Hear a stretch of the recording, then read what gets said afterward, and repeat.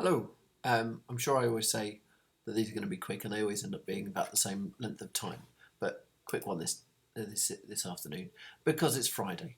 And actually, rather than it being maybe a vlog that is about current affairs or an issue that's come up, it's a bit more of a personal one today and a bit more nostalgic because in a little while I will be travelling on a train down to London to go and see one of my favourite bands, the Pixies, play. The Pixies have been around for a long, long time, since the 1980s, and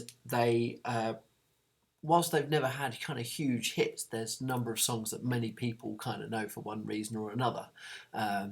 Here Comes Your Man, Gigantic, um, Debaser, Monkey Gone to Heaven, and possibly the one that gave the most notoriety towards the end of the 90s and into the noughties was a song called Where Is My Mind, which featured as the sort of closing track on the film Fight Club.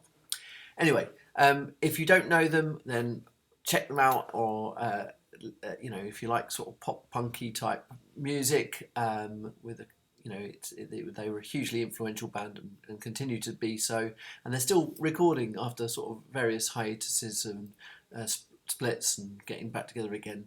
They're still recording music and playing live, and I'm very excited about seeing them this evening. But it's not them I wanted to talk about. It is, I suppose, it's kind of related to that because it's an American artist from around the same era as the Pixies that I wanted to mention.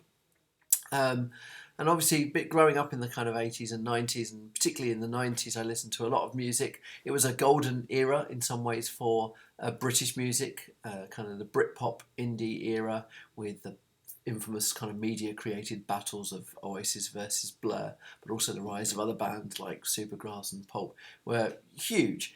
But I was kind of splitting my time between listening to British music and also American music, where there was a kind of a much sort of, I suppose, a lot more of a sort of rocky, punky sort of sound. It was collectively known as grunge, although that label really doesn't kind of encapsulate everything.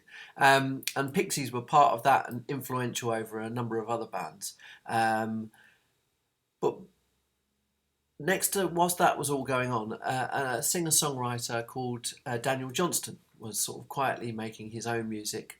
A deeply troubled man who suffered and fought against various mental illnesses throughout his life, but again was hugely influential, even though he was in no way, shape or form commercially successful. He used to make his own cassettes, but became infamous within the music world and had fans that included Kurt Cobain, who kind of made Daniel Johnston famous by wearing a T-shirt with some of Daniel Johnston's artwork on it.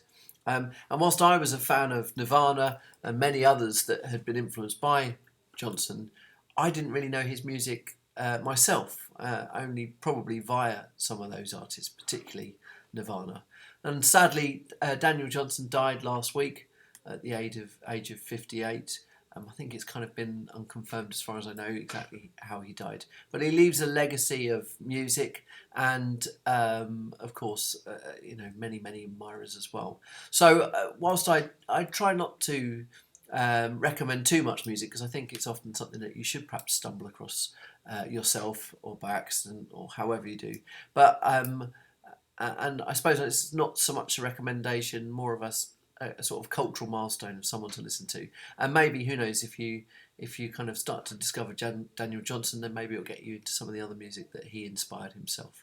Anyway, I'll leave one of his tracks, perhaps his most famous track, True Love Will Find You in the End, as a video below. And I hope you have a really lovely weekend listening to lots of incredible music, whether it's stuff you've been listening to for a long time, gives you a kind of nostalgic trip down memory lane, or whether it's discovering new music that challenges you or inspires you in some sort of way. So have a great weekend, and I'll see you next week. Bye bye.